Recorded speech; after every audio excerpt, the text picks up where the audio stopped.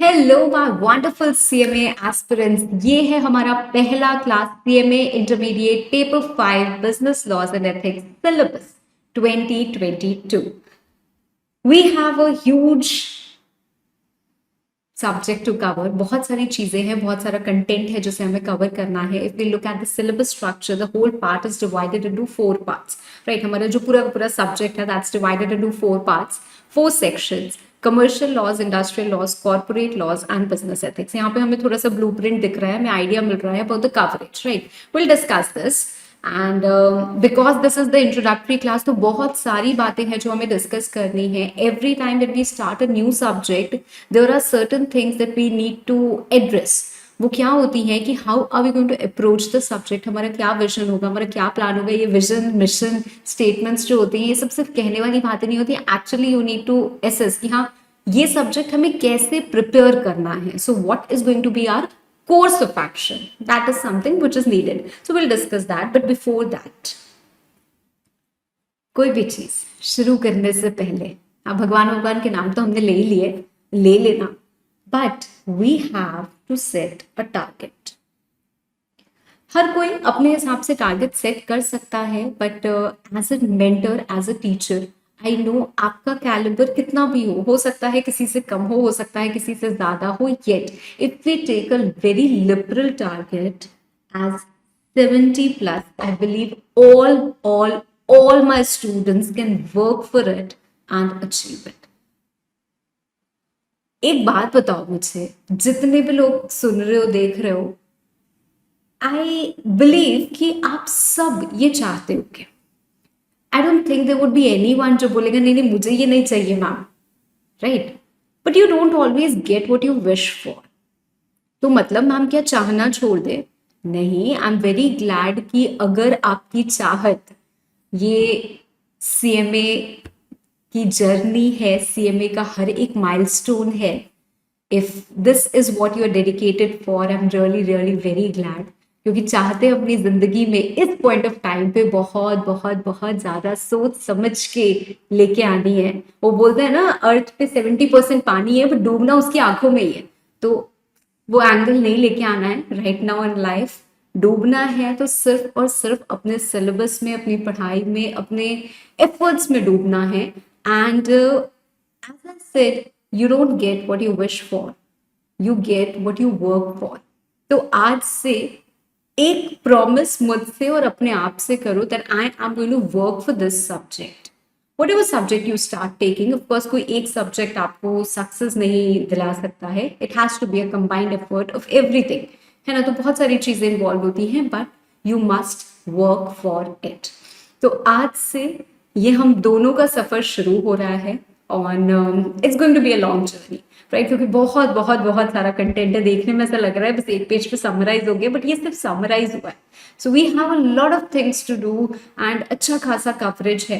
कोई छोटा मोटा कोर्स नहीं है आपका. ये जो सीएमए इंटर लॉ वाला पेपर है, it's huge, right? So you have to study a lot, but you have to plan your studies in such a manner कि आपको बाद में जाके दिक्कत ना हो. ठीक है, चलो. सेक्शन ए कमर्शियल लॉज, जिससे हम शुरू करने वाले हैं. So we have these 6 topics. Ideally ये पार्टनरशिप और एलएलपी का टोटल मिला के कवरेज हमको 5% ही दिया हुआ है. And then we have some industrial laws. Then we have corporate laws. यहाँ पे लिखा हुआ है companies act 2013, but it's not so that you have to read the whole companies act. In fact यहाँ पे कोई भी एक्ट, कुछ एक्ट को छोड़ के आपको पूरी की पूरी नहीं पढ़नी है. कुछ एक्ट में क्या होता है, there are certain sections which are covered. So even in companies act you have the initial part, section 122, जहां तक आपका क्या होता है, कवरेज होती है. Then we have business ethics and emotional intelligence. Emotional intelligence also an interesting thing, right? आज the very first class that we are going to commence, or we will commence after we have our discussion, is going to be introduction to law and legal system in India. Usually जब भी मैं पहला class लेती हूँ तो मुझे I think around 35 या 40 minutes with very basics लग जाता है. बिकॉज जब भी आप लॉ जैसा एक सब्जेक्ट पढ़ो तो इट्स वेरी इंपॉर्टेंट कि कुछ तो पता हो यार लॉ के बारे में, कहाँ से आया, क्या आया, कैसे बना, मतलब थोड़ा सब चीजें जब पता होती है ना तो लगता है कि हाँ हम प्रोफेशनल पढ़ाई कर रहे हैं, थोड़ी अच्छी वाली फीलिंग आती है। दो चार नई चीजें आप सीखते हो तो किसी जूनियर वूनियर को बताने में, तुमको पता है ये, अरे मम्मी आपको पता था ये, तो एक अच्छी फीलिंग आती है, right. But luckily and I am very glad at this step, institute ने कमाल का चैप्टर इंट्रोड्यूस किया है, introduction to law and legal system of India. पहले नहीं हुआ करता था, तो हमारा जो पुराना वाला सिलेबस है ना उसमें ये चीजें नहीं हुआ करती थी, तो एडिशनल थोड़ी सी नॉलेज देनी पड़ती थी, बच्चे को नॉलेज भी मिलती थी और वो नॉलेज लेके नंबर भी नहीं मिलते थे। तो आपके लिए अच्छी बात है कि आपको वो आइडिया मिलेगा, स्ट्रक्चर मिलेगा, नॉलेज मिलेगी और उस पर नंबर भी मिलेगा, है ना। 5%, 5% वेटेज है इस पर्टिकुलर चैप्टर की भी। बट एक प्रॉब्लम और एक ड्रॉबैक क्या है, if you look at the institutes material, तो ये नहीं है इंस्टीट्यूट का मटेरियल, ठीक है, वो आप देख सकते हो, बट आई वुड एडवाइज कि मत देखना। The students who are starting from you तो बिल्कुल भी मत देखना। वाई? बिकॉज चीज़ें क्या है इस तरीके से लिखी हैं कि सेल्फ स्टडी से तो आपको समझने में बहुत बहुत बहुत ज़्यादा एफर्ट लगेगा। आई थिंक टाइम भी बहुत ज़्यादा लग जाएगा, बिकॉज मैं पर्सनली बात करूँ तो मुझे इस चैप्टर को बनाने में भी बहुत टाइम लग गया, ठीक है, because the things are haphazard, right. आपके आर्टिकल्स प्रॉपरली क्लासिफाइड नहीं है, नहीं लिखा हुआ है कहाँ पे क्या आ रहा है, किस पॉइंट में आ रहा है, भाई कौन सी राइट है। सिंपल चीज लिखी हुई है बट थोड़ी सी कॉम्प्लेक्स तरीके से लिखी हुई है, ठीक है। तो खैर हमने उसको टैबुलर फॉर्म में कर दिया है, थोड़ा सा अच्छे से कर दिया है ताकि पढ़ने में थोड़ा ईज लगे। ऐसे फर्स्ट चैप्टर इतना भारी सा और डिफिकल्ट सा लगेगा तो हम आगे कैसे बढ़ पाएंगे, हम डर जाएंगे, है ना। अब मैम जैसा आपने बोला इट्स अ ह्यूज सब्जेक्ट, तो हाउ शुड वी अप्रोच? देखो, okay, now I have certain things. If I talk about a subject like law, इसमें आपके 4 एस्पेक्ट्स होते हैं which are very important. Understanding, या जिसको हम बोलते हैं कॉम्प्रिहेंड करना, कॉम्प्रिहेंशन। सेकेंडली लर्निंग, लॉ को याद करना। Then comes your revision, revise करना, and then comes your presentation, कि आप कैसे एग्जामिनेशन में उसको प्रेजेंट करते हो। बहुत सारे और चीज़ें हम निकाल सकते हैं बट ब्रॉड 4 एस्पेक्ट्स हमारे यही होते हैं। समझने में तो अनडाउटेडली आपको कोई दिक्कत होने वाली नहीं है, बिकॉज एक एक पॉइंट हम डिस्कस करेंगे। बट लॉ में प्रॉब्लम क्या होती है, जब आप समझ जाते हो उसके बाद आपको रिटेन नहीं होता है। समझ में सब आया मैम, समझ नहीं आ रहा कि क्या याद करें और क्या नहीं याद करें। याद भी कर लिया तो 4 दिन बाद हम भूल गए उसको, we are unable to retain that, right. So these are the problems which students face. And when you read just 1 chapter, सारी चीजें याद रहती है, 2 चैप्टर याद करते, कुछ कुछ भूलते हैं पहले का। और जब 10-12 चैप्टर्स हो जाते हैं ना तो फिर समझ नहीं आता भाई क्या याद करें और क्या छोड़ दें। तो this is a general problem which is faced by every student. तो ऐसा मत समझो कि मेरे साथ ही ऐसा हो रहा है, सबको तो याद हो रहा है, मुझे नहीं याद हो रहा, सबके साथ ये प्रॉब्लम होती है, ठीक है। जब हम स्टार्ट कर रहे हैं क्लासेस तो you have to maintain a copy. मैं ये जिम्मेदारी बिल्कुल भी स्टूडेंट्स पे नहीं देती हूँ कि आपको अपने शॉर्ट नोट्स खुद से बनाने हैं for the whole subject, because I understand you have so much to cover. और अगर आप ऑर्गेनाइज्ड नोट्स बनाने के पीछे जाओगे तो it takes a lot of time. Undoubtedly it helps you in writing practice, ये वो सारी चीजें I agree, but it takes a lot of time. So what you are going to do is you are going to maintain a copy which will not have absolute notes. मतलब ऐसा नहीं है कि वो उठाया और उससे पूरी की पूरी आप पढ़ाई कर लोगे, ऐसी वाली कॉपी है, ऐसे वाले नोट्स बनाने की बिल्कुल जरूरत नहीं है. For that revision part we have hand written charts, हमारे पास है यार, हमारे पास समराइज्ड वर्जन है, उससे आप रिविजन कर सकते हो. But still I insist on every student कि आप एक कॉपी लेके जरूर बैठो. अब कॉपी लेके बैठने का पर्पस क्या है? पर्पस ये है कि बहुत सारे एग्जाम्पल मैंने बताए, तो हम जो भी चीज पढ़ेंगे, अगर हम पढ़े हैं सेक्शन नंबर 40, आपने हेडिंग डाली section number 40 and whatever chart I'm making, although you have charts, but whatever extra thing I'm explaining, whatever example I'm taking, या आप क्या करोगे, मेरे साथ लिखते जाओगे. आपको जब क्लास शुरू होगा ना, आपको खुद ही आइडिया लग जाएगा कि हाँ ये मैम लिख रही हैं तो हमें भी लिखना है. That is going to help you get involve, ठीक है? क्योंकि क्या होता है, सिर्फ सुनते जाओगे सुनते जाओगे सुनते जाओगे तो कितनी देर मेरी शक्ल ठीक लगेगी? हो सकता है स्टार्टिंग में एक दिन एडमायर कर भी लो, बट उसके बाद लगेगा अरे यार कितना कितना सुने चलो। You everyone has that tendency. सिर्फ अगर आप सुनोगे, इफ यू नॉट इन्वॉल्व, तो ये प्रॉब्लम आती आती है। So first thing, it will keep you involve. आप बीच बीच में लिख रहे हो, आप बीच बीच में सुन रहे हो, बीच बीच में हमारा कुछ एनिमेशन है, बीच बीच में हमारी कोई एग्जाम्पल्स हैं, तो it will keep you involve, right? So it keeps you involve, it helps you to practise writing. आपको बहुत ज्यादा हेल्प करता है कि आपके कुछ लिखने की भी आदत बने। प्रैक्टिकल सब्जेक्ट्स में हम क्या करते हैं, भाई क्वेश्चन सॉल्व कर लिए, जब क्वेश्चन सॉल्व करते हैं तो आदत बनी रहती है, बट यहाँ पे आदत ही नहीं बनती है कि हमें कुछ लिखना भी है, तो यहाँ पे ये आपको हेल्प करता है, right? And thirdly, in case आप आज से 6 महीने बाद इस सब्जेक्ट को खुद से टेकअप करते हो for revision before exams and you stuck at a certain point, कहीं आपको नहीं समझ में आ रहा कि ये किस रेफरेंस में था, एकदम भी नहीं समझ में आ रहा, then you can refer to this copy and check कि अच्छा ये एग्जाम्पल था, okay, on the basis of this it is, तो आपको बिल्कुल पूरी की पूरी वो जो क्लासरूम इमेज होती है ना, वो वापस याद आ जाएगी। So it helps you in that, right? So right from the beginning, you have to keep a highlighter and a copy with you. Highlighter to highlight important points, and a copy to maintain the continuity and note whatever important things or extra things I'm writing, I'm telling you, जो भी चीजें हैं, ठीक है? जो short notes हमें चाहिए होते हैं, बिकॉज हम इतनी सारी बुक एक दिन पहले, एग्जामिनेशन के पहले नहीं पढ़ पाते हैं, या जब कभी हमें लगता है कि इतना कंटेंट हम कैसे याद करें, so we can even take the help of charts, और we can take the help of our summary notes to learn the crux provision, कि हाँ कम से कम वो तो याद हो। तो वो चीज़ है, ठीक है? जहाँ नहीं है वहाँ आप को मैं बताऊंगी, हम वैसे डिजाइन कर सकते हैं, right? So I hope this is clear. Now, this helps you tremendously in learning.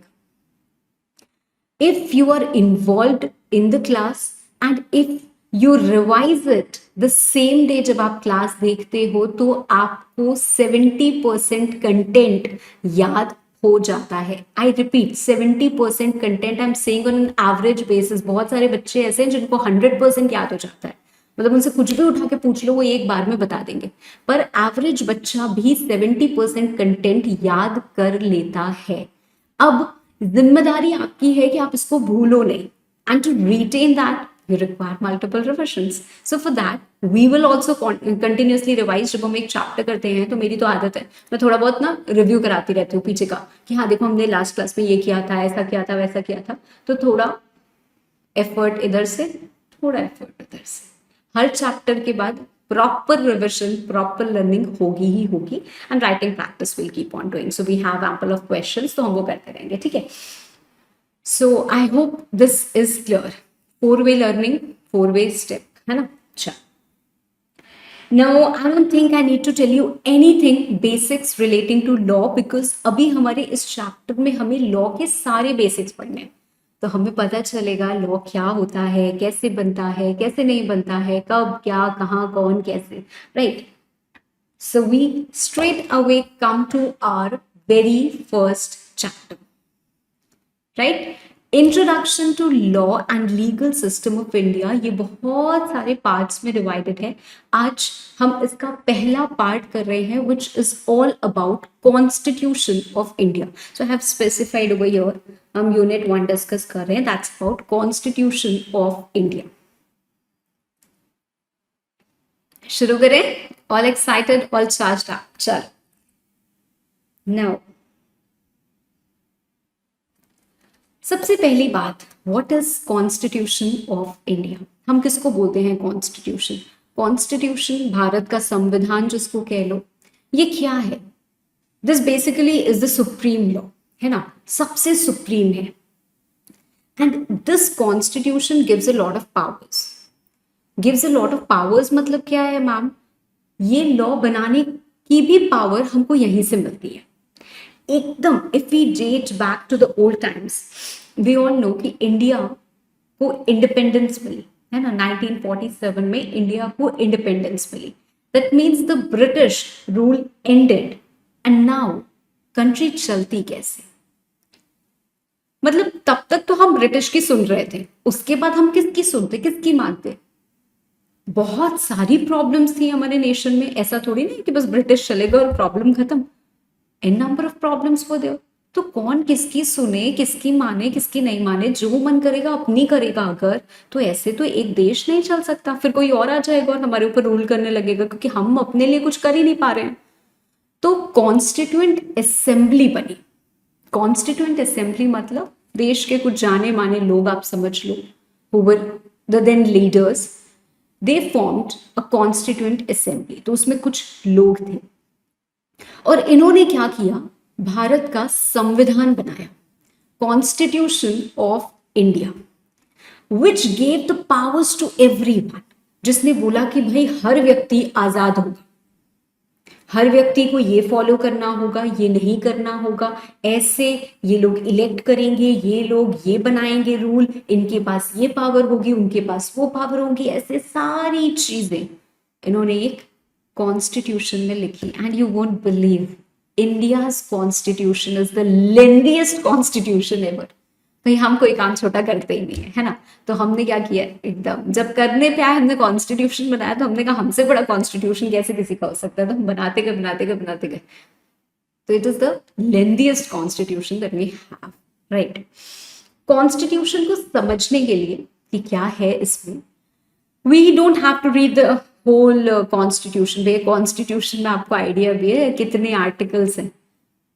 जैसे एक्ट में हम सेक्शंस पढ़ते हैं, constitution is divided into articles. तो हमारे पास कॉन्स्टिट्यूशन अलग अलग पार्ट्स में है, पार्ट्स में अलग अलग आर्टिकल्स है, ठीक है। वो हमें पता है कि भाई एक्ट को भी ऐसे नहीं लिखा जाता है कि ऐसे एक पूरी बुक लिख दी और ऐसे, मतलब किसी को कुछ पढ़ना है तो उसको पूरी बुक A to Z पढ़नी पड़ेगी क्या? नहीं। तो इंडेक्स बनाना पड़ता है, तो इंडेक्स के लिए रेफरेंस चाहिए कि किस टॉपिक के बारे में किस पेज पे लिखा है ना। तो किस टॉपिक के बारे में उसको हम डिवाइड कर देते हैं, जैसे हम एक्ट में करते हैं ना कि सेक्शन वाइज कर देते हैं, और फिर ऑडिट से जुड़ी हुई सारी बातें चलो चैप्टर नंबर 10 में डाल दो, तो उसमें 10 सेक्शन हो गए। इस तरीके से हम डिवाइड करते हैं, है ना, चीजों को। तो वैसे ही हमारा कॉन्स्टिट्यूशन भी डिवाइडेड है into parts, and parts have articles, ठीक है। तो कॉन्स्टिट्यूशन में हमारे सेक्शन नहीं होता है, इसमें हमारे आर्टिकल्स होते हैं, ठीक है। बिकॉज ये कोई एक्ट नहीं है, ये संविधान है, कॉन्स्टिट्यूशन है, ठीक है। एज आई सेड, कॉन्स्टिट्यूशन को समझने के लिए the preamble is going to help us. Preamble क्या होता है? Preamble is like a user manual which tells us how to use constitution, when to use constitution, why use constitution। मतलब constitution अगर आप पढ़ने जा रहे हो तो उसमें आपको क्या मिलेगा, कैसे हेल्प करेगा, क्या करेगा, वो बताता है। प्रीएम्बल माय डियर, कभी भी अगर हम बात करें तो एक इंट्रोडक्टरी स्टेटमेंट होती है। ऐसा नहीं है कि हमारा प्रीएम्बल जैसी कोई चीज कॉन्स्टिट्यूशन में ही है, प्रीएम्बल हर एक्ट में है, हर एक्ट में प्रीएम्बल होता है। अभी एक्ट क्या होता है तो मैंने आपको बताया ही नहीं, और अभी मैं बताऊंगी भी नहीं। आज के क्लास में हम सबसे पहले पढ़ रहे हैं संविधान, कॉन्स्टिट्यूशन, और उसके बाद हम देखेंगे कि कॉन्स्टिट्यूशन में पावर है पार्लियामेंट को कि वो एक्ट बना सकते हैं, स्टेट लॉज, मतलब सब चीजें। तो पार्लियामेंट से सेंट्रल एक्ट्स बनती हैं, तो वैसे एक्ट बनती है, फिर एक्ट बनी, और फिर हम एक्ट्स पढ़ेंगे धीरे धीरे कमर्शियल लॉज में, और राइट।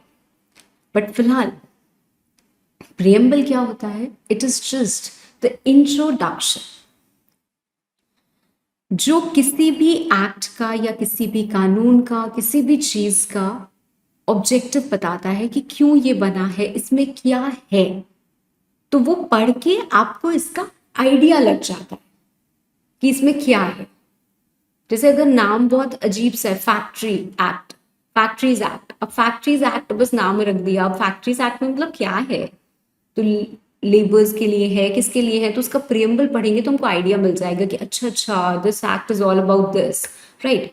वैसे कॉन्स्टिट्यूशन का अगर हम प्रीएम्बल पढ़ेंगे हमको कॉन्स्टिट्यूशन का आइडिया लग जाएगा, okay this is about that. तो भाई कॉन्स्टिट्यूशन का प्रीएम्बल पढ़ते हैं, ठीक है।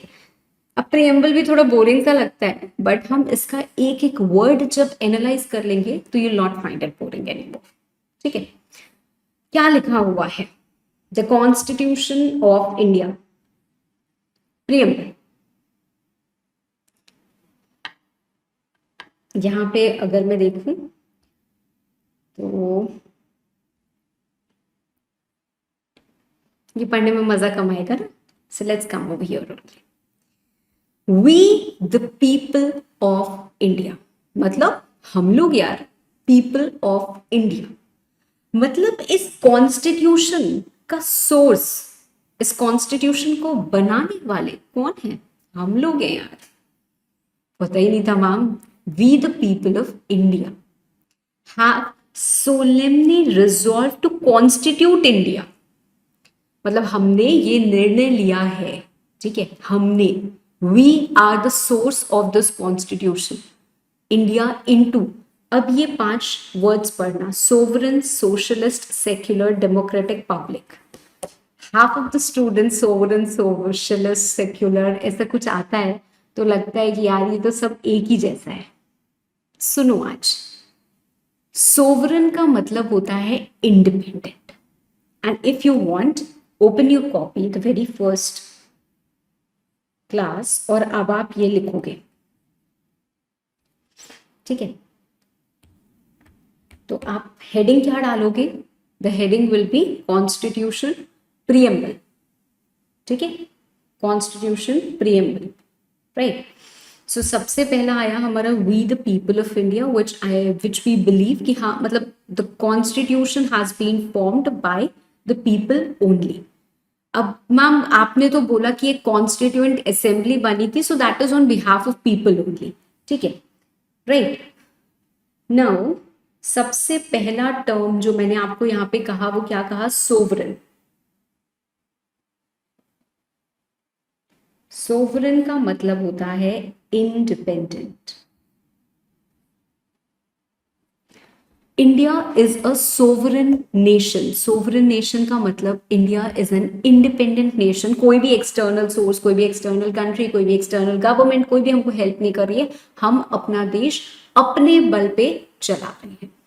That does not mean that it is the global doors have been opened, यहाँ से वो आता है, वहाँ से वो आता है, वो सारी चीजें अलग हैं, ठीक है, but India is an independent nation, so we resolve to make it as an independent nation. अगली चीज आती है सोशलिस्ट। सोशलिस्ट या को सोशलिज्म से जाके कंपेयर नहीं करना है, it simply means that it is going to be for the welfare of state.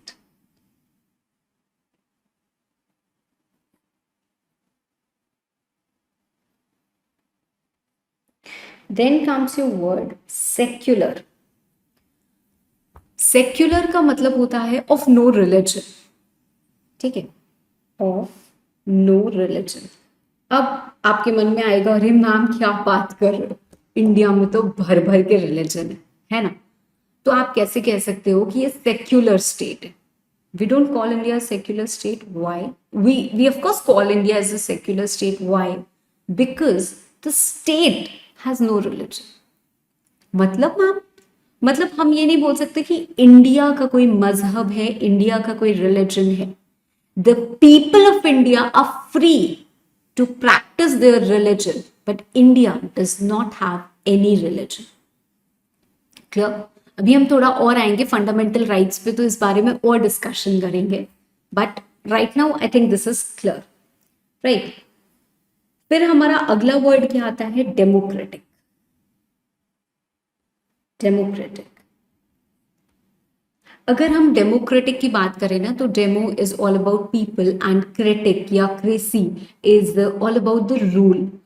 तो डेमोक्रेटिक मतलब ruled by people, ruled by people. India is a democratic nation which is ruled by people. अरे ma'am काश ऐसा होता, अगर हम चला रहे होते तो हम ये लॉ एबॉलिश कर देते, ये कर देते, वो कर देते। भाई वही चला रहे हैं जिनको हमने बोला है चलाने को। हमारे पास एक होता है कि डायरेक्टली हम रूल कर रहे हैं और इनडायरेक्टली हम रूल कर रहे हैं, तो यहाँ पे हम इनडायरेक्ट रूल करते हैं because we are ruling through our representatives, so they are the people who are elected by us and we rule them, ठीक है, तो हम रूल करते हैं, right. I hope that's clear. And then we have another term which is republic. Republic. Republic मतलब of course as democratic only.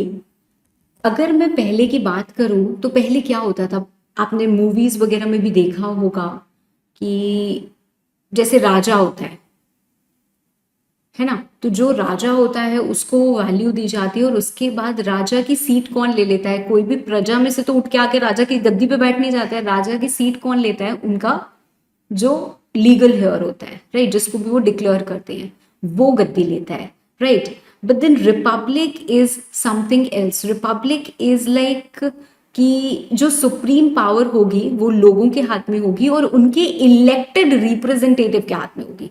मतलब ऐसा नहीं है कि आप फॉलो कर सकते हो, मतलब जैसे ऐसा नहीं बोल सकते कि हाँ अगर मोदी जी हैं तो मोदी जी के बेटे आ जाएंगे, नहीं है वो बात अलग है, बट ऐसा हम नहीं बोल सकते हैं। We are going to elect, so that is what republic means. Republic is a form of government. I want you all to write it, बाद में नहीं तो बच्चों के मन में कंफ्यूजन आ जाता है। Form of government in which is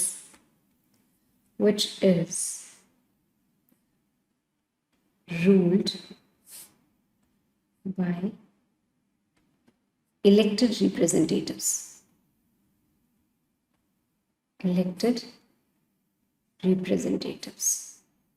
So that's how our nation is going to be. तो ये बात क्लियर हो गई। And to secure to all its citizens, हर सिटीजन को जस्टिस मिले। जस्टिस कैसी? Social, economic, political. लिबर्टी मिले। लिबर्टी कैसी? थॉट की, एक्सप्रेशन की, बिलीफ की, फेथ की, वर्शिप की। इक्वालिटी मिले। इक्वालिटी कैसी? स्टेटस की, अपॉर्चुनिटी की। And to promote among them all. ये मैं क्यों आपको बहुत ज़्यादा डिटेल में नहीं बता रही हूँ, इसलिए because the next that we are going to discuss is fundamental rights. और फंडामेंटल राइट्स में हम यही चीज़ें डिस्कस करेंगे इन डिटेल एक्चुअल में कॉन्स्टिट्यूशन में। So this is something that we have to discuss, right. And fraternity, कि हर एक इंडिविजुअल की डिग्निटी बरकरार रहे। ओके, ये प्रियम्बल कहाँ बना? इन our constituent assembly this 26th day of November 1949 do hereby adopt, enact and to give ourselves this constitution. ठीक है, आई hope this is clear. Ma'am, पहला क्वेश्चन, अभी तक हमने सिर्फ इतना पढ़ा है कि प्रियम्बल क्या है। क्या हमें अपने कॉन्स्टिट्यूशन का प्रियम्बल याद करना होगा? वेल, आई वुड से कि अगर आप याद कर लो तो it should be like a pride being a citizen of India. तो not just for your curriculum और कोर्स, मुझे लगता है हर इंसान को अपने कॉन्स्टिट्यूशन का प्रियम्बल तो थोड़ा याद होना चाहिए। ठीक है, तो कोशिश करिए कि आपको कुछ चीज़ें इसकी ज़रूर याद हो। रही बात एग्जाम की, एग्जाम में undoubtedly there can be a short note which can be asked to you, what is the preamble to constitution of India, और वहां पे लिखना पड़ेगा, और लिखना पड़ेगा पूरा का पूरा लिखना पड़ेगा, एज इट इज लिखना पड़ेगा, क्योंकि यहाँ के ये जो टर्म्स हैं इनको आप अपने वर्ड्स में कभी भी रिप्लेस नहीं कर सकते। These are the key words which have to be reproduced as it is. ठीक है, तो आज का आपका होमवर्क यही है कि सबसे पहले मुझे प्रियम्बल याद कर लेना है। ठीक है, प्रियम्बल तो आते जाते लोगों को सुना, अरे पता है, जूनियर सीनियर किसी को भी सुना सकते हो कि प्रियम्बल है, because it is a general thing, इसमें सीएमए जैसा कुछ नहीं है। चल, so preamble discloses the source of constitution, कहां से आया, कमेंसमेंट कब हुआ, rights and freedoms, and declares the nature of government. तो हमारी गवर्नमेंट कैसी होगी वो भी हमने देख लिया कि हमारे पास डेमोक्रेटिक रिपब्लिक गवर्नमेंट होगी। ठीक है, अब एक छोटा सा यहाँ पे केस लॉ दिया हुआ है, ऑल्दो माय एडवाइस इज कि हाँ केस लॉ का यहाँ पे नाम याद करने की बहुत ज्यादा जरूरत नहीं है, बट फिर भी ये क्या है मैम? ये केस लॉ के पहले एक और केस लॉ था जो हमें पढ़ना भी नहीं और याद भी नहीं करना है, बट उसका रेफरेंस जरूरी है ताकि आपको समझ में आए। वो क्या था मैम? उसमें बोला गया कि प्रियम्बल कॉन्स्टिट्यूशन का हिस्सा नहीं है। मैम ये सब हम क्यों पढ़ रहे हैं, एकदम बोरिंग सा अजीब सा लग रहा है, समझो मेरी बात। ये जो प्रियम्बल बना है आज तक एक ही बार अमेंड हुआ है, और अमेंड होके ये चार, अरे बाप रे मैम प्रियम्बल में भी अमेंडमेंट, हाँ जैसे एक्ट में अमेंडमेंट आता है ना, लॉ पढ़ते उसके पहले नहीं अमेंडमेंट आ जाता है, वैसे ही प्रियम्बल में भी अमेंडमेंट, पर आज तक एक ही बार आया है। ये 4 वर्ड्स वगैरह ऐड हुए थे अमेंडमेंट में आके, ठीक है। क्या प्रियम्बल को अमेंड किया जा सकता है? इसी पे तो केस लॉ निकला। पहला केस लॉ आया जिन्होंने बोला कि अमेंड नहीं किया जा सकता है। क्यों? क्योंकि कॉन्स्टिट्यूशन में एक आर्टिकल है जो देता है power to amend, power to amend, power to amend constitution. तो कॉन्स्टिट्यूशन को अमेंड करने की पावर देता है, प्रियम्बल को अमेंड करने की थोड़ा ना देता है। ये बोला गया, राइट, ये बोला गया। पर उसके बाद एक और केस लॉ आया जो है Kesavananda Bharati versus state of Kerala, और इसमें सुप्रीम कोर्ट ने ये कंक्लूड किया कि प्रियम्बल कॉन्स्टिट्यूशन का हिस्सा है, क्योंकि जैसे कॉन्स्टिट्यूशन आया है वैसे ही उसका प्रियम्बल आया है, in the same way they have been enacted, it is of extreme importance. और कॉन्स्टिट्यूशन हम पढ़ते हैं प्रियम्बल की लाइट में, मतलब प्रियम्बल हमको बताता है कि ये विजन रख के आपको कॉन्स्टिट्यूशन पढ़ना है, तो उस विजन के साथ हम पढ़ते हैं, तो कॉन्स्टिट्यूशन का प्रियम्बल हिस्सा है, and that's why when constitution can be amended the preamble can also be amended. ठीक है, अभी तक क्या क्या हमने पढ़ा है? अच्छा एक काम करते हैं, एक बार प्रियम्बल को साथ में बोलते हैं। We the people of India, we the people of India resolve to constitute India to sovereign, secular, socialist, democratic republic, and to secure all its citizens justice, liberty, equality, fraternity in our constituent assembly hereby adopt, enact and give ourselves this constitution। जितनी चीजें मैंने बोली हैं उतनी चीजें 100% आपको याद होनी चाहिए। 100% you are going to learn this। Now we come to our fundamental rights। शायद बचपन में कभी पढ़ा होगा फंडामेंटल राइट्स। पहले फंडामेंटल राइट्स ना 7 हुआ करती थी। राइट टू प्रॉपर्टी बाद में हट गई, वो एक लीगल राइट है, but then that is not a fundamental right.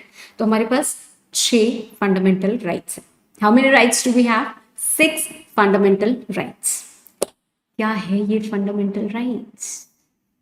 सबसे सबसे सबसे पहले राइट टू इक्वालिटी।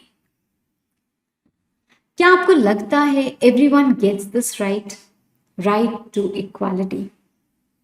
हमारा India it's a beautiful nation. See कितने सारे रिलीजन्स हम प्रैक्टिस करते हैं, ये अभी हमने बात पहले भी की। So we have ample of religions that we practice. कोई कहीं कुछ कर रहा है, कोई कहीं कुछ कर रहा है, the people are free to practice that, है ना। कोई रोकता थोड़ी ना कि मंदिर नहीं जाओ या मस्जिद नहीं जाओ या फिर आप गुरुद्वारे नहीं जाओ, ऐसा कोई भी नहीं रोकता है।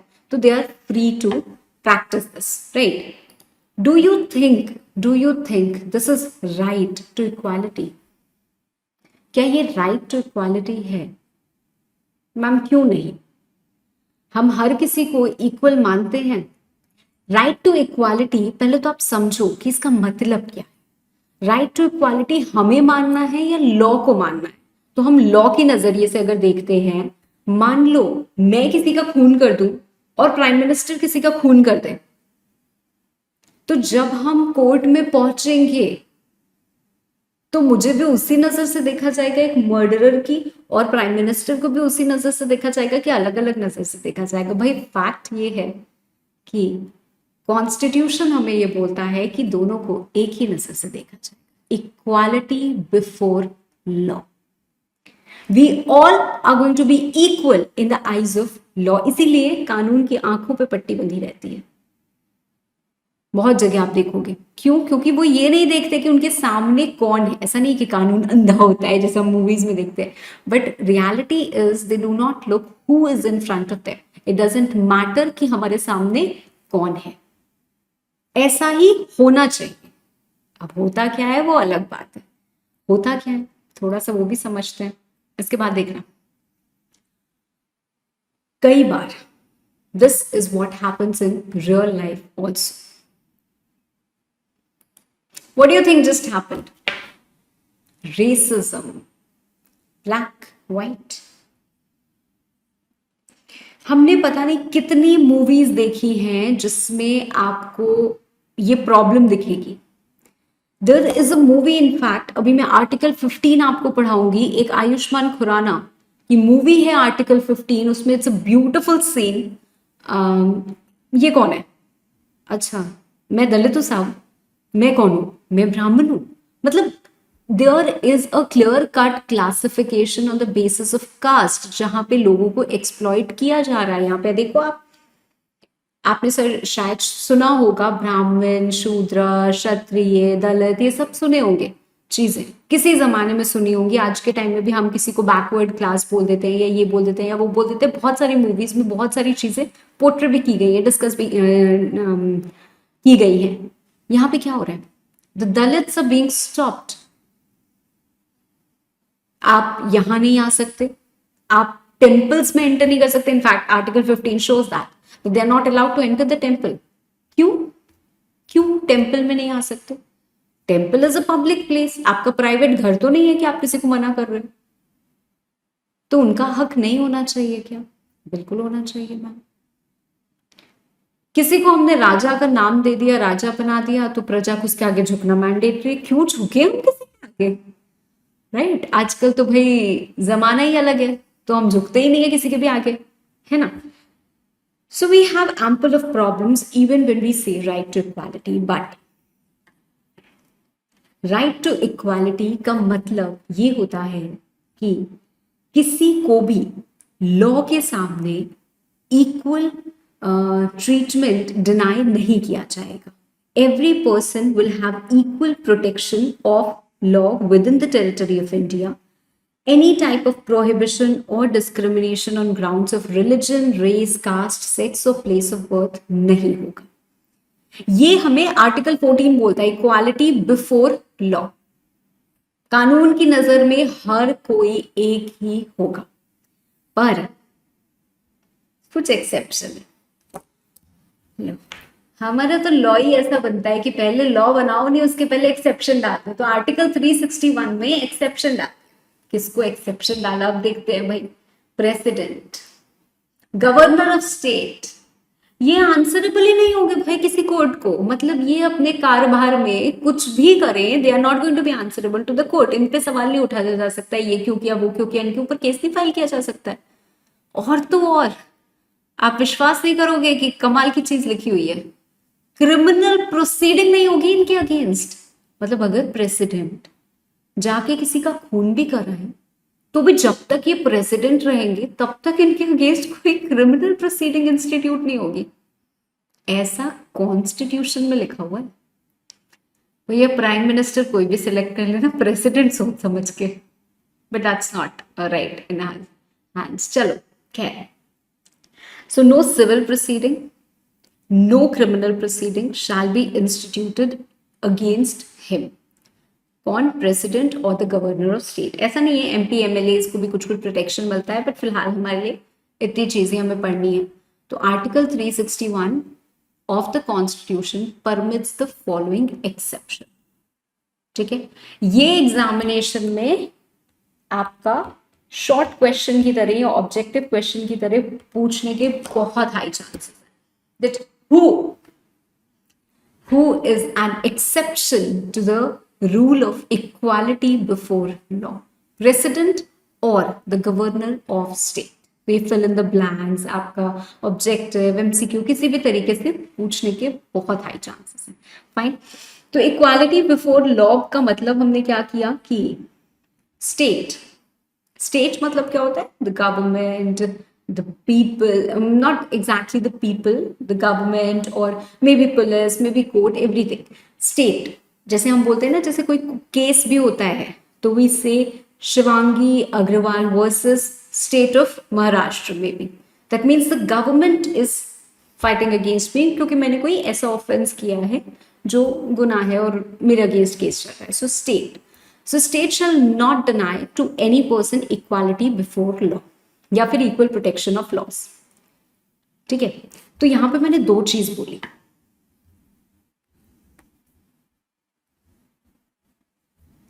Equality before law and equal protection of law. इन दोनों का मतलब थोड़ा थोड़ा अलग होता है। इसका मतलब कानून की नजर में हर कोई सेम है, इसका मतलब थोड़ा सा अलग हो जाता है। अच्छा एक बात बताओ, मैं कहती हूं कि मेरे घर में जितने भी लोग हैं सबको इक्वल ट्रीटमेंट मिलेगा, सबको इक्वल ट्रीटमेंट मिलेगा, that means equality before me in my house. ठीक है, अब इक्वल ट्रीटमेंट का मतलब क्या होता है? दो लोग आए मेरे घर में, और एक छोटा सा 5 साल का बच्चा है और एक 30 साल का स्पोर्ट्समैन है। एक 5 साल का बच्चा, एक 30 साल का sportsman. I said I am going to treat everyone equally, right? So they both came, और जब वो दोनों आए तो मैंने उनको खाना दिया, इसको भी 2 रोटी, उनको भी 2 रोटी। आपको क्या लग रहा है, ये इक्वल ट्रीटमेंट है? हाँ बिल्कुल ये इक्वल ट्रीटमेंट है। क्या ये फेयर ट्रीटमेंट हुआ? I mean do they have the same needs? नहीं। तो ये होता है इक्वल प्रोटेक्शन ऑफ लॉ। ठीक है, ये क्या होता है हमारा इक्वल प्रोटेक्शन ऑफ लॉ, जहां पे हम ये नहीं मानते हैं कि कानून की नजर में सब सेम है। जैसे हो सकता है कि कानून अगर किसी को सजा देने जा रहा है तो सजा के हिसाब से वो चीजें देखते हैं कि कौन कितनी भरने के या पेनाल्टी भरने के लायक है। जैसे अगर कोई बहुत ही रिच स्पॉइल्ड ब्रैट है या कोई सेलिब्रिटी है, आप समझ लो वो किसी केस में फंसते हैं, तो उनको जुर्माना अगर बोला जाएगा 2 लाख रुपए जुर्माना भरो और आप फ्री हो, ठीक है, तो 2 लाख रुपए जुर्माना तो वो यूं भर देंगे। बट वही उनके साथ एक और कोई बंदा भी था हु इज वेरी पुअर, और उसको बोला जाए कि तुम 2 लाख जुर्माना भरो, तो उसके लिए तो शायद जिंदगी भर का कर्ज हो गया। तो ये कहाँ आपने इक्वालिटी दिखाई? इक्वालिटी का मतलब to put people in equal situations, right?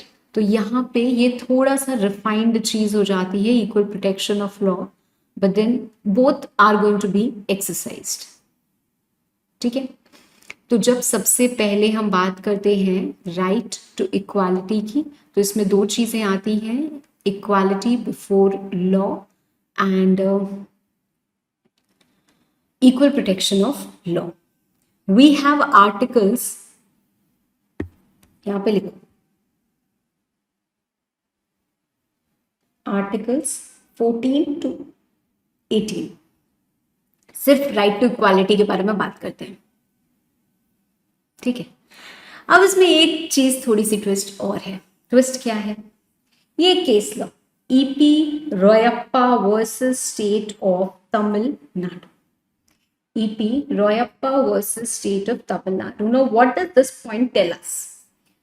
Equality and arbitrariness are sworn enemies. One belongs to the rule of law in republic, while the other to the whim and caprice of an absolute monarch. Where an act is arbitrary, it is implicit in it that it is unequal, both according to political logic and constitutional law, and is therefore violative of article 40। क्या कह रहा है हमको ये? Arbitrary, सबसे पहले तो हमें इस टर्म का मतलब जानना जरूरी है। गवर्नमेंट अगर कंट्रोल करती है या पावर में होती है या ऐसे एक्शंस लेती है, इसको अगर मैं एकदम हिंदी में बात करूं ना, तो आर्बिट्ररी का मतलब होता है अपने मन से, मन माना डिसीजन लेना, not on basis on any, not based on any reason, not based on any reason, oblique you can say unfair या unreasonable. Equality and arbitrariness are sworn enemies, ये दोनों कभी भी एक साथ नहीं हो सकती। I tell you an example. Supposedly government ने लॉ बनाया, गवर्नमेंट लॉ ऐसे बनाती ही नहीं है, बट फिर भी मैं बोलने के लिए ऐसे बोल दे रही हूँ कि चलो एक लॉ बना जहां पे ये लिखा गया कि अगर इस एक्ट में किसी ने कॉन्ट्रवेंशन किया तो अगर 50 ऑफेंस हैं तो उसमें से कुछ ऑफेंस ऐसे हो सकते हैं जो फटाफट ट्राई किए जाएंगे और उनकी 1 महीने में सजा सुना दी जाएगी। अब 50 में से कौन से ऐसे ऑफेंस होंगे ये कहीं नहीं लिखा है, कौन से ऐसे ऑफेंस होंगे ये कहीं नहीं लिखा है, किन फैक्टर्स पे डिसाइड होंगे ये भी नहीं लिखा है, बस ये लिखा हुआ है कि इसको वहां का गवर्नर डिसाइड करेगा। अब आप गवर्नर के पास पहुंचे बिना किसी रीजन के, वो तो बोल रहे नहीं नहीं तुम्हारा स्पीडी ट्रायल नहीं होगा, चलो हटो। Unfair, unreasonable. How do you claim कि आप इक्वालिटी दे रहे हो? आप तो उसको दोगे, उसका स्पीडी ट्रायल कराओगे जो आपको लगता है कि आपके काम का बंदा है या उसके पास पैसे हैं या उससे आपकी अच्छी जान पहचान है। कोई गरीब वहां पे पहुंच जाएगा तब तो बिल्कुल ही नहीं कराओगे। फिर वही इक्वालिटी, कहाँ से आप इक्वालिटी की बात कर रहे हो? फिर वही casteism, white black, rich poor, it has been divided like that. So कहीं पे भी अगर एक्ट आर्बिट्ररी है, मतलब अनरीजनेबल, अनफेयर है, तो ये मान लेते हैं कि अनइक्वल ट्रीटमेंट हो रहा है यार। पॉलिटिकल लॉजिक, कॉन्स्टिट्यूशनल लॉ, सब कहीं पे भी कोई भी चीज is not working and it is violation of article 14। तो पहली चीज, आर्टिकल 14 ये कहता है कि हर किसी को इक्वल ट्रीटमेंट मिलेगा बिफोर लॉ। इंडिया के अंदर no one is going to be prohibited on the grounds of religion, race, caste, sex or place of birth. दूसरी बात ये आई कि अगर आर्बिट्ररी नेचर का कोई भी काम होगा तो उसको हम सीधे सीधे आर्टिकल 14 का वायलेशन कर लेंगे। वहां पे कोई लॉजिक नहीं लगेगी कि ऐसा है वैसा है। आर्बिट्ररी नेचर का हो रहा है मतलब हम उसको मान लेंगे कि वो अनइक्वल हो रहा है। ये डिसाइड हुआ था EP Royappa versus state of Tamil Nadu में। इक्वालिटी बिफोर लॉ के कुछ एक्सेप्शंस हैं कि प्रेसिडेंट और गवर्नर ऑफ स्टेट किसी को आंसरेबल नहीं होंगे, उनके अगेंस्ट कोई भी सिविल या क्रिमिनल प्रोसीडिंग नहीं चलेगी। इतनी बात क्लियर है? I think we are good to move forward now.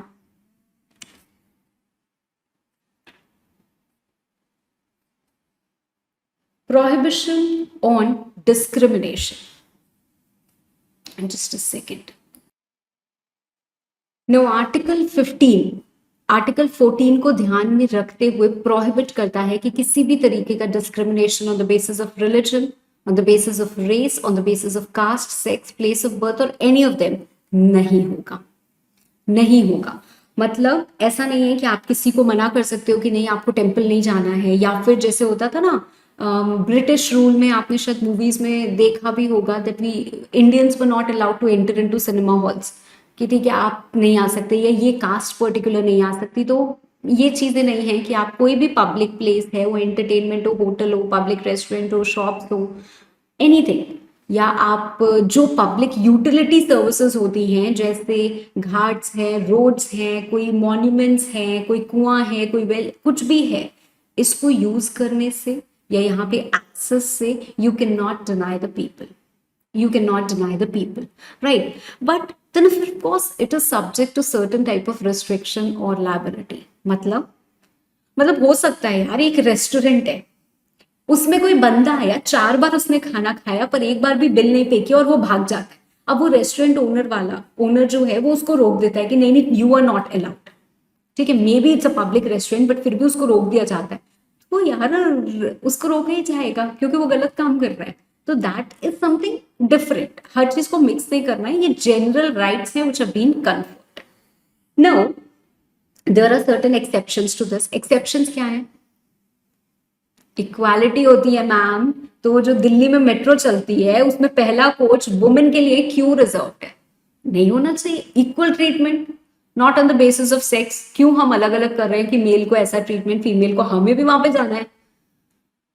तो गवर्नमेंट के पास हक है कि आप वुमेन और चिल्ड्रन के लिए प्रोविजन बना सकते हो। मैम कहाँ है ये एकदम बेचारी प्रजाति मेल वाली? नहीं है ऐसा, ठीक है, कॉन्स्टिट्यूशन में भी नहीं लिखा है कि आपके लिए कोई स्पेशल प्रोविजन बनना चाहिए। खैर, state has the power, so this is an exception कि अगर कोई वो स्पेशल प्रोविजन बनाना चाहे बच्चों के लिए, वुमेन के लिए, तो वो बना सकते हैं। Likewise they can also make special provisions for scheduled caste और शेड्यूल्ड ट्राइब्स। हमने एक और मूवी विटनेस की हुई है, आरक्षण, ठीक है, और इंडिया में तो भाई चलता ही रहता है हमेशा रिजर्वेशन का बवाल। कभी कभी कुछ जनरल कैटेगरी के लोगों को ऐसा लगता है कि आई एम नॉट डिबेटिंग, ठीक है, मैं अपना व्यू पॉइंट यहाँ पे रख ही नहीं रही हूँ, आप मेरे से मेरा व्यू पॉइंट नहीं पढ़ना। मेरा जो फर्ज है या जो ड्यूटी है वो एक इंडिपेंडेंट पर्सपेक्टिव आपको प्रोवाइड करना है। आपकी सोच कैसे डेवलप होती है वो आप पे डिपेंड करता है, ठीक है। तो मैं यहाँ पे बोल दूंगी नहीं आरक्षण नहीं होना चाहिए, तो अब मेरा उसमें कोई बच्चा होगा तो बोलेगा मैम आप क्यों ऐसे बोल रहे हो, हम लोगों ने इतने स्ट्रगल सहे हैं। फिर मैं बोलूंगी कि नहीं होना चाहिए, तो फिर वो बच्चा बोलेगा कि मैम आप कैसे बोल रहे हो। तो of course I have my opinions independent of what I am teaching, ठीक है। तो वो अलग चीज है और उसको हम यहाँ पे मिक्स नहीं कर रहे हैं। तो what ever I am saying is purely your studies, ठीक है। तो उस गवर्नमेंट के पास अधिकार है, जहां पे भी स्टेट लिखा है वहां पे गवर्नमेंट है। स्टेट का मतलब क्या है, गवर्नमेंट, ठीक है। तो गवर्नमेंट के पास क्या हक है कि गवर्नमेंट आप स्पेशल प्रोविजन बना सकते हो, जैसे बहुत सारी जगह होता है आरक्षण रिजर्वेशन होता है कि इतना कोटा इस कैटेगरी के लिए रिजर्व है एजुकेशनल इंस्टीट्यूशंस में, क्योंकि नहीं मिलता था। भाई हिस्ट्री अलग है, आज के टाइम में चीजें बदल गई हैं, तो the things should also change, maybe some things get amended, but फिलहाल यही है, ठीक है। क्लियर। नाउ आर्टिकल 16 बोलता है equal opportunity in employment. Employment में भी क्या होता है, बहुत जगह I have literally seen officers कि भाई हम तो मारवाड़ी हैं, हम तो मारवाड़ी बंदे ही रखेंगे, हम तो सिंधी हैं, हम तो सिंधी लोगों को ही रखेंगे और किसी पे हमको भरोसा नहीं है। Why? I mean when we are talking about public employment, हाँ ठीक है, आपकी प्राइवेट कंपनी आपने खोली है तो आपके पास हक है। अगर आप ऐसा नहीं करते तो आपके ऊपर आके कोई केस नहीं कर देगा, आपकी मर्जी, आपको 4 लोग रखना है, आपको जिसको रखना है आप रखो। But when we are talking about opportunity in public employment, तो वहां पे इन ग्राउंड्स पे डिस्क्रिमिनेशन नहीं होगा, हर एक को इक्वल अपॉर्चुनिटी मिलेगी। मेल हो, फीमेल हो, हिंदू हो, मुस्लिम हो, गोरा हो, काला हो, एनीवन, राइट। किस प्लेस ऑफ बर्थ का है, मतलब आपका जम्मू का हो या फिर आपका कर्नाटका का हो, कहीं का भी, it is not going to divide anyone, right. But again exceptions, exception, parliament चाहे तो लॉ बना सकते हैं कि गवर्नमेंट ऑफिस में कोई आएगा इसी रेसिडेंस का। कई बार ऐसा होता है ना कि यहाँ पे हमें इस गवर्नर की पोजीशन पे कोई, सॉरी, इस पर्टिकुलर पोजीशन पे किसी को लेके आना है, तो हमको ये यूपी का ही कोई चाहिए, उस डोमिसाइल के लिए ही वो रिजर्व्ड है, दे कैन मेक, राइट। आप बैकवर्ड क्लास के अपॉइंटमेंट के लिए बना सकते हो, आप बैकवर्ड क्लास के वो प्रमोशन के लिए बना सकते हो कि उनको इतने परसेंट का उनको तो प्रमोशन मिलेगा ही मिलेगा, तो उसके लिए लॉ बन सकता है। ये एक्सेप्शंस है, ठीक है। लॉ में also provide that in an office connected with affairs of religious institution, कई बार ऐसा होता है कि रिलीजियस इंस्टीट्यूशन का कोई ऑफिस है तो वहां पे वो पर्टिकुलर रिलीजन का ही बंदा आएगा, वो कोई और रिलीजन का, मतलब मान लो अगर हिंदू रिलीजियस इंस्टीट्यूशन है तो वहां पे मुस्लिम का बंदा नहीं आएगा, तो वहां पे वो ये जाके कंप्लेन नहीं कर सकते हैं कि हमें अलाउ नहीं कर रहे। That law can be made by the state, okay. So these are again the exceptions. और हम ये बात कर रहे हैं पब्लिक एम्प्लॉयमेंट में, we are not talking about in private employment, okay, we are talking about in public employment, okay. Then we have abolition of titles, abolition of titles, ये क्या होता है मैम? टाइटल्स क्या होते हैं? सुना है कभी ऐसे, जैसे किसी को बोलते हैं ना राजा, राजा साहेब, राज बहादुर, ऐसा करके कुछ सुना है? ना imagine if we continue to give this type of titles, मतलब आज के टाइम में भी अगर कुछ एग्जिस्ट करते हैं, महारानी, महारानी शिवांगी देवी आपका स्वागत है। अब जब आप कहीं जाओ, आपने अपना आधार कार्ड दिखाया और उस आधार कार्ड पे लिखा है महारानी शिवांगी देवी, अरे लोग वहां पे खड़े हो जाएंगे, पता नहीं कहाँ की महारानी आई है। नाम से you are creating that distinction, may be you are discriminating for the good और फॉर द बैड, राइट। तो ये गलत है कि नहीं है? अलाउड ही नहीं है। Abolition of titles, no such titles can be conferred. अब आप ऐसे बुला लो किसी को महारानी तो आके गवर्नमेंट आपको जेल के अंदर नहीं डाल देंगे, but then that is something which can not be conferred. अब यहाँ पहली चीज क्या लिखी हुई है, नॉट बीइंग अ मिलिट्री और एकेडमिक डिस्टिंक्शन। इसका मतलब क्या है? भाई कल को सीएमए बन जाएंगे तो क्या आगे सीएमए नहीं लगाएंगे? अरे मैम, उसी के लिए तो सारी मेहनत कर रहे हैं, बिल्कुल लगाएंगे। कोई डॉक्टर बनता है, कोई सीए बनता है, तो आगे क्या प्रीफिक्स नहीं लगाता? बिल्कुल लगाता है। लाइकवाइज मिलिट्री में कोई होता है, कोई मेजर, कोई कैप्टन, कोई जनरल, बड़े टाइटल दिए जा रहे हैं इनको। तो एक बात बताओ मुझे, दुनिया में किसी सीएमए, किसी सीए, किसी डॉक्टर के आधार कार्ड पे देखा है लिखा हो ऐसे? आई विश मेरे आधार कार्ड पे लिखा तो सीए शिवांगी अग्रवाल, लिखा है क्या? किसी के पैसे लिखा है कैप्टन रॉकी सिंह ऐसे करके? कुछ नहीं, नहीं है। Although these titles can be conferred, फिर भी नहीं लिखा रहता, ठीक है? तो वो ऐसे अलाउड नहीं होता है, ठीक है? बट ऑफ कोर्स मिलिट्री और एकेडमिक डिस्ट्रीब्यूशन का जो टाइटल होता है वो आपको मिल सकता है, बट जैसे मैंने आपको बोला राजा साहेब, महारानी और ये सब, ठीक है? एग्जाम्पल राजा, महारानी, राज बहादुर, ठीक है? इस टाइप के टाइटल्स क्या करने हैं? नहीं देने हैं। अब इंडिया में तो हमने मना कर दिया कि नहीं देंगे। हम इंडिया के बाहर गए, वहां पे हमको टाइटल दे दिया गया महारानी, और हम आने गए और हमने वहां का टाइटल एक्सेप्ट कर लिया। आप you can not even accept any title from some foreign state, okay? You can not accept any title from some foreign state. अगर आप इंडिया के सिटीजन नहीं भी हो, अगर आप इंडिया के सिटीजन नहीं भी हो, और फिर भी अगर आप इंडिया के सिटीजन हो तब तो आप एक्सेप्ट नहीं कर सकते।